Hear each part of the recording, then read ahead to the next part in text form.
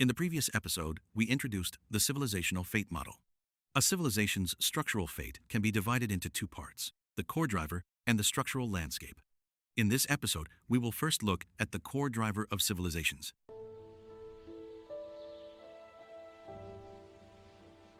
Let us first look at the civilizational core driver, that is, the capability structure of a civilization.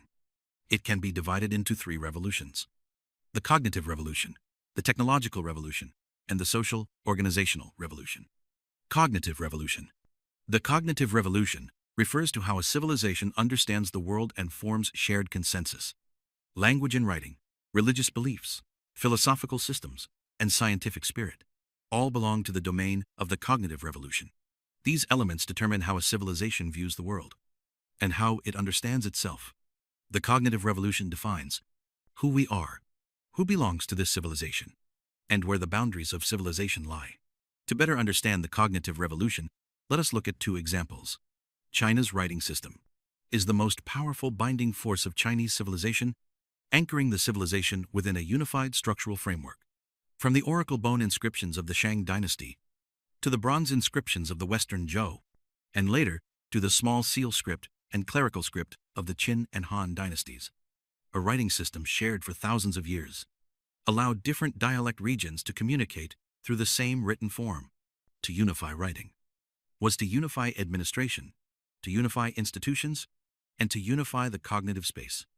This is why China became one of the earliest civilizations in the world to develop a long-lasting unified narrative.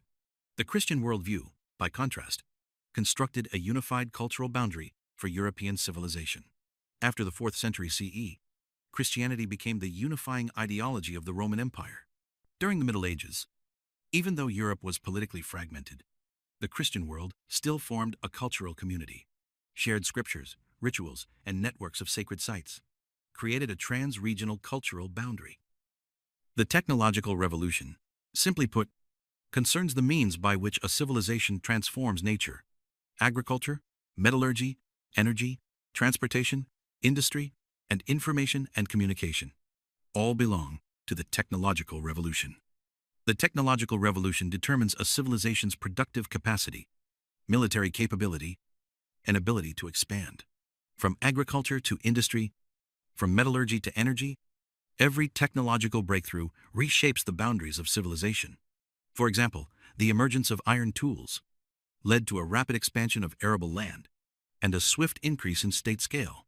Iron plows and iron axes made forested regions cultivable, which in turn led to rapid growth in food production, rapid population growth, and a rapid expansion of state size. China, India, and Europe all entered an age of large-scale plain cultivation after the advent of iron tools, and their state boundaries expanded accordingly. Steam engines and railways, by contrast, fundamentally reshaped global economy and geography. In the 19th century, the gradual formation of railway networks redefined internal connectivity within civilizations. The inland heartlands of the United States, Russia, and China were all activated as a result. The British Empire relied on steamships to control maritime routes, forming a truly global empire. Let us now turn to the social organizational revolution. It determines how a civilization organizes people to cooperate effectively. Kinship systems, guild networks, legal institutions, bureaucratic systems, and state forms are all expressions of the social organizational revolution. It determines how large a scale a civilization can organize and how much complexity it can manage. For example, the Qin dynasty's county system in ancient China removed local power from kinship groups and allowed centrally appointed officials to directly govern territories from Guangzhou to Lingnan. Administrative reach expanded on the map from a single core point to the entire East Asian agricultural zone. Rome, by contrast, used standardized cities and road systems to turn Europe, North Africa, and Western Asia into a unified administrative network.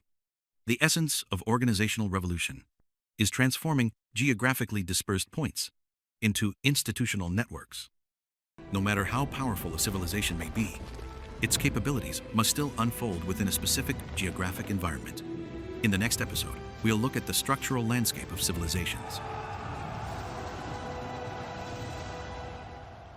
This is Fate Map. View the world through fate. Decode civilizations with maps.